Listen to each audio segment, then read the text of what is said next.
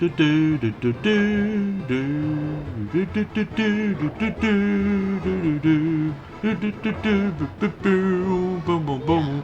sorry about that. I was just getting into the forms of that Delfino Plaza music and... Oh, I just realized that Mario was actually sleeping again. Well, Mario, this is no time for waste, so in this case though is the fact that we have to able to get a move on, and hopefully we'll collect some more Shine Sprites along the way. So, hey, what's up ladies and gentlemen? It is I am the one and only Mexi here, and I am back yet again for the likes of the Mexi Toys videos once again. Ladies and gentlemen, welcome back for some more of Let's Play of Super Mario 3D All-Stars while we're still playing through Super Mario Sunshine for the Nintendo Switch. So, last time that we pretty much almost concluded everything for the sake of the forms of Record Harbor, and overall that particular process of the forms of how the fact that, well, despite the fact that we literally got one mission left for the sake of the forms of Record Harbor, at least technically if you also want to count the 100 coin Shrine Sprite, but at the same time though, we pretty much, you know, already managed able to become a master at the forms of everything as far as this is concerned. So today for this video is the fact that we're about to be moving on to the next world in Super Mario Sunshine, and that's what appears to be Gelato Beach. So because of that though, before we head on to that world, we need to take care of this particular goopy monster thing, and this will be the final time we're going to be doing with him, because obviously after we're doing with him for the second time around for the black variation right here, but also this will be the last time we're going to be seeing him on screen, because after same amount of hit points as always, then he'll be gone for good. And of course that differently from the likes of the first encounter with the black variation of that particular goopy monster thing, basically though is the fact that they now spewed out those minions of those goopy stuff you know as well, I think. So even then though, thanks Mario, I appreciate about this Blue Toad, I appreciate it for the gratitude message that you sent me, so... Anyways, let's get to it with Gelato Beach. So, the first episode we have is Dawn Bud Sandcastle Secret. I do apologize if my commentary gets a little bit stiff at one point, but regardless of everything else though, I think we'll pretty much gonna have to able to cope with the fact that, well, potentially speaking, that we've almost at the halfway point on June already. So, yeah, I must admit though, forgive me if I botched every single portions of the actual commentary itself, so I do apologize for that. So there's the blue coin from the start, if you try to take care of the forms of the red variation of that Cataquack right here. And, of course, we need to able to spray that particular thing itself right there, just in case that the sandcastle will pop up, and basically we need to quickly enter in the actual sandcastle itself until we're about to be prepared for ourselves the next secret obstacle course and stuff like that. So, and for this one we need to take care of the forms of those sand blocks as far as this is concerned. So because of that though, so yeah, today's day is of course the what's today? I totally forgot what today it is today, because I know for the fact it has been, not gonna lie, a couple of days since actually... Oh, I just realized it's the 8th of, is it the 8th today? Hold on, let me double check on my calendar quickly while this is going. Oh yeah, 8th of June today, in this case of 2022 today. So naturally speaking, like I said before, that's naturally speaking that we've almost at the halfway point on June already. And also, if I found out about the fact of the matter is though, is the fact that, relatively speaking, when it comes to the forms of other stuff I would like to mention about, that I've somehow forgot to mention, from the likes of not only just for previous parts on this, but also the previous Let's Plays you know as well. Such as, for instance, with the forms of, let's just say, for example, on one of those PlayStation Vita games, specifically for those of you who lived in America and in Europe, basically though, the game called Gravity Rush, that basically though, that game is immediately on a decade old of release, at least technically Japan already does it, whilst even then though, on our European countries or the American countries out there, that Gravity Rush will definitely become a decade old, specifically in this month. So yeah, I can't believe it's also been time flying all of a sudden. So, alright, episode 2, Mirror Madness Tilt Slam Bam. So of course then we need to take care of the forms of those weird creatures that has been walking around on that particular mirror for this whole time. So all the while though, that Pianta is gonna able to warn us about the fact that just take a look at the tower, which by the looks of all that stand though, it appears to be that Wiggler was actually sleeping onto that shining bed, which I think that could be represented with the actual Sandbird appearance or something, even though it has been about 2 days ago since I actually did last touch on this though, because, you know, been busy playing some other stuff recently, such as for instance with the forms of, you know, Game & Watch Zelda Edition, which are usually entirely related to all the actual, like, other versions throughout, which are the English version and the Japanese versions of those 3 games specifically for the Zelda's department, because, well, at this point in time is the fact that I've recently managed to complete it. The English version of Link's Awakening on the Game & Watch system, and as a result of that stuff, that was the fact that, well, I'm just working on new forms of the Japanese Famicom or the Famicom Disk System version of Zelda 1, although I'm not exactly sure I was being ready for Zelda 2 just yet, just because whenever I managed able to play that game on the Game & Watch though, that it seems is already hard enough as it is. So anyway, let's just go ahead and deal with these 2 more of those things here, so we can able to just spray at one of them. So I think we'll probably have to do these one at a time, because I was expecting if I was trying to do like both of them or 3 of them at the same time, but most of the time though, it might be pretty difficult to pull off. So anyway, so there goes another mirror. So, I believe we're only down to 1 mirror left, so things get a little bit more relative at this point. And did I somehow manage able to win through there? Okay, that's a bit odd, but oh well, no big deal. But at the very least that we can able to actually just focusing on the last mirror of the 3, which appears to be on, well, oh, what can I, okay, I need to, come on, there, oh. Why can't I just wall jump there? Okay, whatever.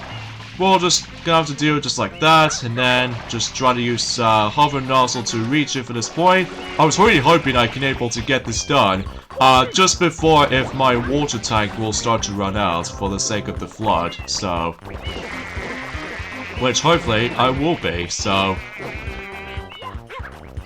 alright, not too shabby there. So now we need to do it this last segment here with that particular weird thingy right there. So in this case though, prepare to be pushed and ground pound as you go, and fluked. So anyways, what did you do with all 6 of those? I would classify for saying like a regular segments, like in as in a separate things I suppose, even though then again though it has been a very, very long time since I actually did manage to last touch upon Super Mario Sunshine as a result, for the sake of the entire Let's Play or something. So, anyway, so now the Shine Sprite appears, so we can able to attain that, so by just simply just managed able to do this very satisfying, you know, using a flood and then try to dive throughout at the same time, so just in case we can able to go ahead and, you know, try to make it fastest thing alive if possible, so now, of course, since then we've already done one of the missions in Gelato Beach, and also collecting some more Shine Sprites throughout, that means that the weird Bowser submarine appears. So, I wonder, well, we'll find out eventually. Episode 3, Wiggler Ahoy, full steam ahead. So, looks like that the Wiggler is actually getting really mad and vicious at the same time after dealing with the forms of the 2nd episode, so that means we now need to deal with her. So because of that though, even though despite the fact that she's a lot bigger than the forms of how it does it on the likes of, well, specifically in Super Mario 64 counterparts, except the fact that in order to deal with her, then first of all we need to use these things as soon as she'll able to topple over, just like that. And if you see that red arrow that shows us the weak spot, that way it's your chance to able to ground pound one of her segments. So there's the first hit done. And there goes the second phase is going on, and let's see if I can do this in the quickest run if possible. Oh, that worked. Okay. Alright, so it's gonna be on that bit right there. That was actually the quickest second hit that we've ever done. But anyway, if you think this is done, we only got one phase left. So this means that the music itself gets a lot more faster at this point, so... What the hell? Did he just somehow walk onto the actual house while he get freaked out? Jeez Louise, man. Chill. Okay, that's a bit of a weird, things itself, I suppose. It's like a Godzilla version of the actual, the Godzilla cousin of the films, the Mario series or something like that. Like, she just managed able to ram into the films of one of those buildings and stuff like that, and next thing you know is the fact that, imagine if Godzilla might able to meet up with the films, the huger version of Wiggler, saying about the fact that, hey baby, did you like to able to actually do a massive cause of destruction across the city? And she was like, yeah, sure, pal, I can able to do just for you. Or something like that. Enough about that laughable joke aside, but either way though, that's sure it's made things up, I suppose. But anyway. Alright, let's see if I can... Oh, don't you dare go in underwater, because that doesn't help about the fact that, well, I can't seem to able to actually ground pound immediately while I was in underwater though. So, you can imagine of how the fact that it kind of does that in Super Mario Odyssey, that you can able to, like, I don't know what you call it, because it has been, I would classify for saying it's been about 2 years ago since I actually last touched Super Mario Odyssey after that Luigi's Bloom World thing. So because of that though, that I did somehow manage able to store 100% everything on that game. So relatively speaking though, oh jeez, it looks like she managed able to avoid that particular sandcastle thing. So I'm just gonna have to focus on, oh god! Okay, this is getting out of hand. Okay, let's go and aim for this one right here. So if that makes it anything better. I think that was a bit too early for that front, so let's try another one, because I'm sure that there was actually a possible way we can able to actually just do this. Alright, well that'll make it work. Please don't you dare go into underwater again. Thank God. Alright, so after multiple attempts, we're getting the third and final hit done, then Wiggler's dead for good. Whew. Quite a thrilling boss fight, I have to say. And of course the Shrine Sprite is always going to be placed in here, because I remember so much about the fact that on the GameCube version, we always attempt able to go for this particular one over there. That next thing you notice is the fact that it was actually kind of simple and easy, but most of the time though, the Wiggler loves to able to go into underwater sometimes, making me not so much of an advantage when it comes to likely trying to ground pound her weak spot. But oh well, no big deal. But at the very least, we're dealing with her in a different kind of way. So, yeah, I guess that's that. Horrible, horrible. Princess Peach is being kidnapped. Ah, I see. So that's why the Bowser submarine was there this whole time. But then again, we'll point it out until whenever we get to later. So, Episode 4, The Sand Bird is Born. So now the fact that the egg itself is hatching, so because of that though, we need to make our way to that particular opening hatch. So hopefully, we'll try to able to actually investigate for that stuff though, so I suppose I should probably mention about this as well, I think, that I think there's actually another thing that's also likely a decade old for the sake of the forms of certain things has been came out. I do definitely know for one thing, and that is the fact that Madagascar 3, Europe's Most Wanted, specifically in the United States of America's release, that film is now a decade old. And for what I've looked back on it though, for about 10 years later, in 2022, I think it still is without doubt my favorite installment in terms of the films of the Madagascar film series, because obviously with bright, colorful visuals, and also it feels a little bit more action-packed than ever before. And of course, you can never forget the films of the amazing the London performance. I mean, seriously, that is by far the best highlight for the sake of the films of Madagascar 3 in my opinion. But regardless of such though, and also the villain itself looks pretty hilarious within a different accent. Sure, it feels a little bit different than... Oh, what the hell? Did I clip for that? Ah, I clipped for that sand bird's tail. And of course I'm gonna fall off and die. Of course, I'm gonna have to take a death anyway, so... oh well. But at the very least, that's the good thing. I did manage to still obtain the blue coins every once in a while, so usually, because most of them are usually located on those clouds and stuff like that, so... I guess that's kind of obvious, I think.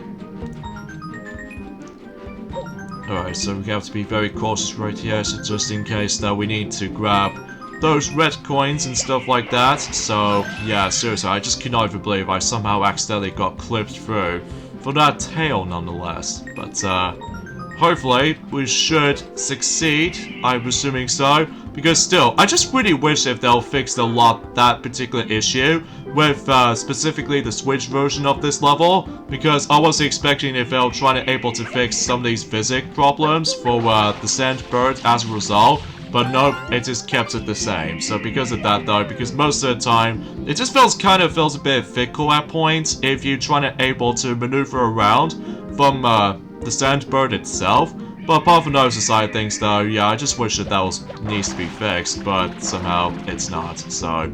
because again, it's all about emulation and stuff like that, so things cannot be like the, quality of life improvement sometimes. Well, apart from few things that have been fixed, like I said, with the forms of, the 6th episode from the likes of, you know, Bianco Hills, that, thankfully they did manage to get rid of this very awkward, grey blocks, transparent stuff. Specifically if one of those red and blue tilted platforms to able to you know, trying to move and spin at the same time. Whoa, god, I almost fell off and died, but thankfully I lived. Because if I accidentally fall off while I was trying to dive and stuff like that, I have to go for this entire ordeal again, completely filled to the brim with like, I don't know, kind of weird physics sometimes.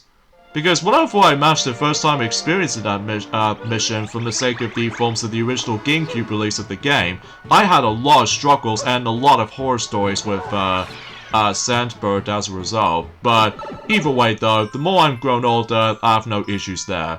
Episode 5, El Partizimos Sand Sprint. So yeah, it looks like we meet again with El Partizimo from the likes of the forms of the GameCube release of the game. So every now and then, this time around though, we're about to be having a race against with him in HD. So, at the very least, we are jumped to the next generation at the very least. So, anyways, how's it going, Partissimo? So, looks like you're trying to say to me we have a one-on-one competition between each other by specifically trying to do a racing contest. So, yeah, we'll try to accept that. And we need to beat for about... let's just say roughly 35... Excuse me? Did you just somehow manage to let me stop? Okay, whatever. So yeah, yeah, like I said before, it's the fact that, usually relatively speaking with, some of these, quality of life improvements, well, usually mostly for the sake of the forms of some bug fixes for, certain patches throughout. Like I said before, they managed to get rid of the actual weird visual, oddity when it comes to likely showing you the actual, these little tiny gray-like blocks, so that it actually indicates the actual specific direction of the red and blue flip panels. And basically though, in the actual patch, they've now managed to able to get rid of them to make it more accurate like the proper GameCube hardware, but with widescreen support and also crisper 1080p support. And also another example of that, like I said, is the fact that they managed to able to finally fix that particular go sound effects if you managed to able to start the race with either the blooper surfing mission or El Partissimo's missions. So at the very least, it's usually been fixed every now and then. So, episode 6, red coins in the coral reef. So once again, we still need to collect even more red coins. So, but this time around though, we're going to be experiencing around the coral reef itself. Although, before we deal with that actually, we need to take care of the forms of, let's just say we'll try to go for those blue coins and whatnot. So because of that though, well, after all, that we've already collected all of them from the Sandbird section. So because of that though, I think, fundamentally speaking, if I was assuming correctly, then I don't suppose that Sonic has not even mentioned about this either. That might actually be the only emphasis about the fact the matter is, though, is that if you see those blue coins from the likes of in the sky secret courses and stuff like that, like the sky above the clouds kind of segment, that was the only segment in the whole entire game able to feature blue coins, because, as far as I'm aware, because unlike the forms of how it does it on other secret courses that features something related to the sky theme and stuff like that, basically, though, they did not feature any of those blue coins at all. Well, apart from the fact that there's one particular sky secret course that does manage to involve around collecting red coins here and there. Usually, relatively speaking, I think that applies to 3 of them from the likes of, actually quite a lot of them, actually, for the sake of the forms of, well, 3 of them from the likes of Delfino Plaza, for those who haven't seen the original GameCube version of the game already, and also we've already experienced the Sandbird mission, and also one in Nuki Bay, and I suppose that's pretty much about it, for the sake of the forms of trying to describe about, you know, what the actual secret courses does manage to take place in the skies above. So because of that, though, I think the only time you don't come across into, well, for certain worlds anyway, though, they don't usually have secret courses that does takes place in the skies above. That will obviously have to be by the forms of, well, let's just say, Bianco Hills, because we so far managed to stumble across the actual, the drawings on the background featuring the rail tracks along with the choo-choo train in the background, along with the signal or junction points, whatever you want to be more precise. And also in Record Harbor, that the only thing we've come across into is the a pretty cool 8-bit sprite of Mario within 2 different color variations on the actual, like, kind of reminds me like a disco kind of vibe to it in disco parties and stuff like that. And what if we move on to the forms of the next few worlds? Specifically, Peanut Park does have a lot of interesting art styles in the background for the sake of the forms of the secret courses environment, and another one involves surrounding Gelato Beach, and also Pianta Village. But you probably know the idea, because again, since that we've already done the GameCube version of this Let's Play, so I don't think there's any point we can able to, you know, mentioning about that repeated info stuff again, because, well, it's pretty much exactly the same, so.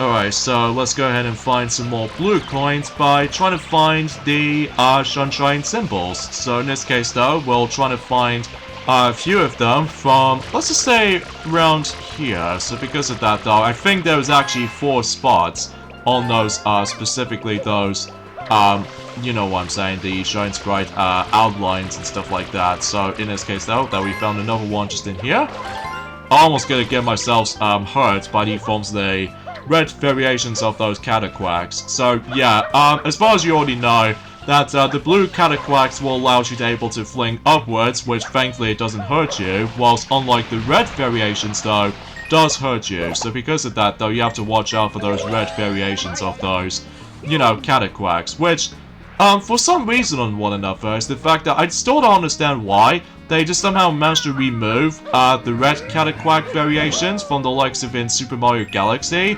Mind you, because of how the fact that the only color we only able to actually see on Super Mario Galaxy, which appears to be the blue ones, so either way though. But then again, we'll point it out whenever we get into Super Mario Galaxy, portion of Super Mario 3D All-Stars, until later on throughout the majority of the Let's Play. So because of that though, you know, let's just go ahead and do this little awesome trick right there by slitting and all that stuff though, which thankfully it's pretty easy when you're trying to able to get a good angle when it comes to likely trying to adjust yourself for aiming for using FLUDD to able to spray onto the triangle variations of that particular blue coin graffiti stuff, so that way you could able to actually get yourselves the best chance to, you know, grab one of those blue coins for that matter. So, anyway.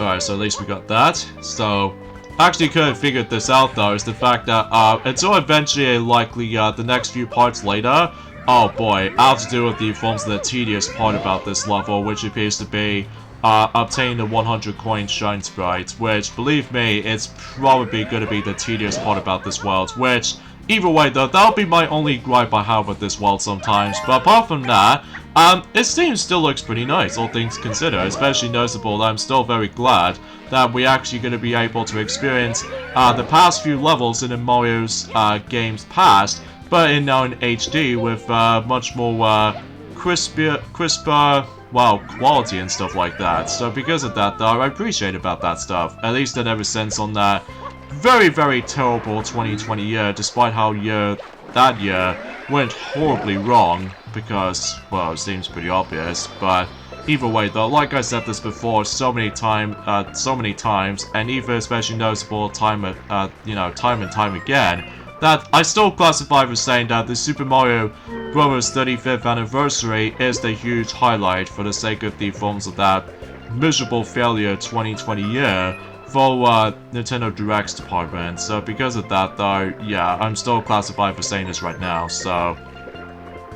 Oh yeah, keep that in mind sometimes though, whenever you're trying to able to chase after something, specifically certain fishes that managed able to keep a hold of, not just by the forms of one of those red coins, but also the blue coins essentially as well, that sometimes though, it can actually just manage to able to decide to clip through certain objects, ranging from those rocks on that particular coral reef part, and most of the time though, annoying the thing out of them all though, for me, is the fact that sometimes they just manage able to clip through the ground, which as a result though, it might be pretty easy to miss, or essentially it might be a bit tricky to obtain it sometimes, so... Anyways, enough about that, so let's go ahead and just now collect some of those red coins from here. Although I would like to able to actually decide able to collect even more blue coins later down the road, but I think I should probably save that up until whenever we're able to get on with, you know what I mean, the majority of the time with all the 100 coin Shine Sprites I have to deal with until coming up, so, yeah, that'll be something alright. But anyway though, let's just go ahead and grab 2 more red coins. So there's one there, which I've already collected, and there's another one just in here. And for some reason my life meter is still shown up while the Shine Sprite pops up. Kind of weird, but oh well, no big deal. Alright, so we'll just swim for it and blast off into thin air or something like that. I have no idea. But anyway, 26 Shine Sprites, and things are looking pretty promising for the sake of the forms of this entire run so far.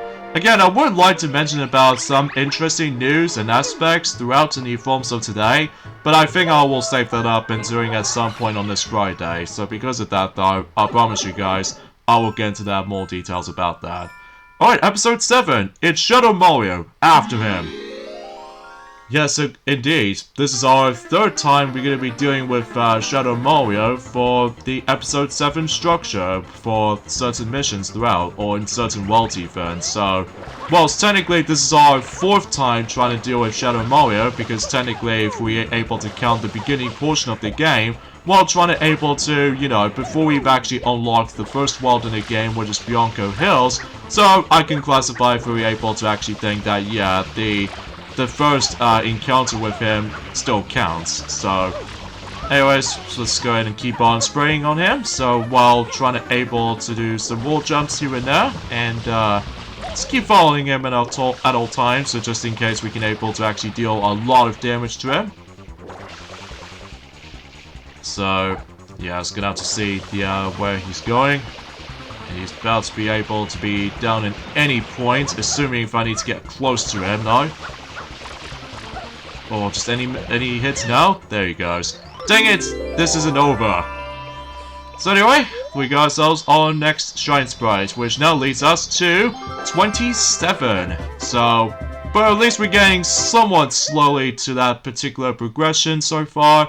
But don't worry, until eventually in the next few episodes later, or specifically the next few parts later for the Super Mario Sunshine portion, of Super Mario 3D All-Stars, things get a little bit more faster and quick, assuming if I was trying to do something like this. So, yeah, I'm afraid to tell you for this point, guys. I think we're gonna have to end things off at this point right here. So join me next time for more of Let's Play of Super Mario 3D All-Stars while we play through Super Mario Sunshine. That is the fact that we're about to be heading back onto Gelato Beach for...